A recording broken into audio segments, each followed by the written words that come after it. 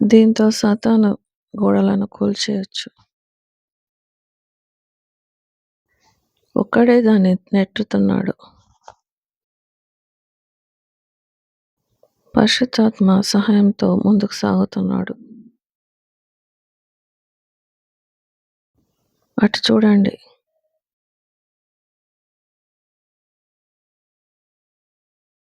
ఇతన్ని చంపాలి. లేకుంటే మన ప్లేస్‌ని ఆక్యుపై చేస్తాడు. అతని కోసం వేచి ఉన్నారు. ఈ పాస్టర్లు అతడు పని చేస్తుంటే చూస్తూ ఉన్నారు.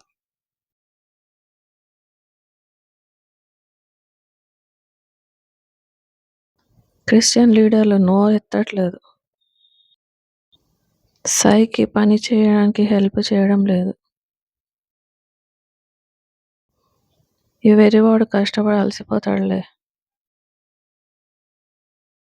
ఈ లోకంలో ఉన్న అనేక పాస్టర్లు దేవుడు పంపనే లేదు.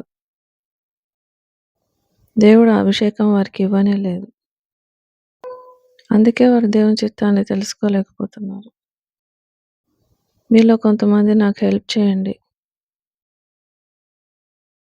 అందులో కొంతమంది క్రిస్టియన్స్ సాయికి హెల్ప్ చేయడానికి వస్తున్నారు.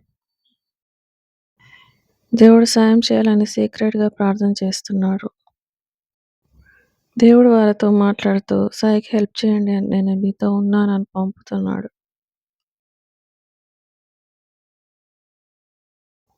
వీళ్ళని ఆపడానికి ఆ పాస్టర్ల దగ్గర పవర్ లేదు.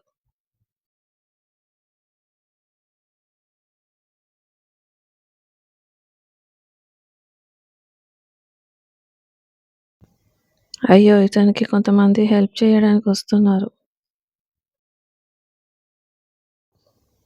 హెల్ప్ చేయడానికి వచ్చిన వాళ్ళు సాయికి సాయం చేస్తున్నారు. ముందుకొస్తున్న వారందరిని చంపేద్దాం.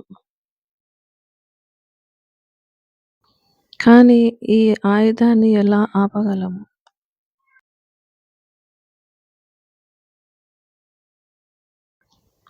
మీరు ముందుకు సాగండి. ఆగిపోవద్దు.